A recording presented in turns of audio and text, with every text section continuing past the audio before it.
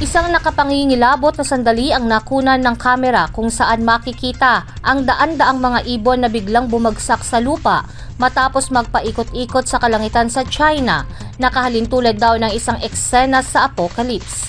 Ang kakaibang tanawin ay nakunan ng isang residente sa Laibin sa Southern Guangxi Region, China.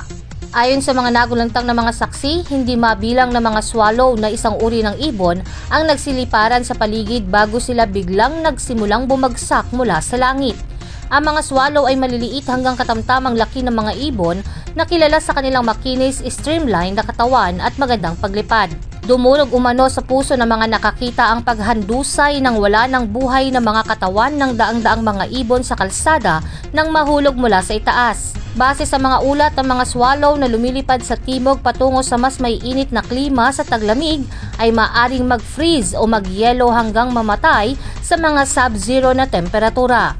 Sinabi ng mga residente na mula sa 30 degrees Celsius ay biglang bumaba ang temperatura sa 10 degrees Celsius sa loob lamang ng isang araw. Iniuugnay naman sa maraming iba't ibang kultura ang mga ibong lumilipad sa mga nalalapit na kapahamakan at iniuugnay sa kalamidad na maaring mangyari. Aabot naman sa 1,000 migratory birds ang namatay sa loob ng isang araw noong Oktubre sa Chicago, USA dahil sa pagbabago ng panahon at pagbangga nila sa gusali na gawa sa salamin.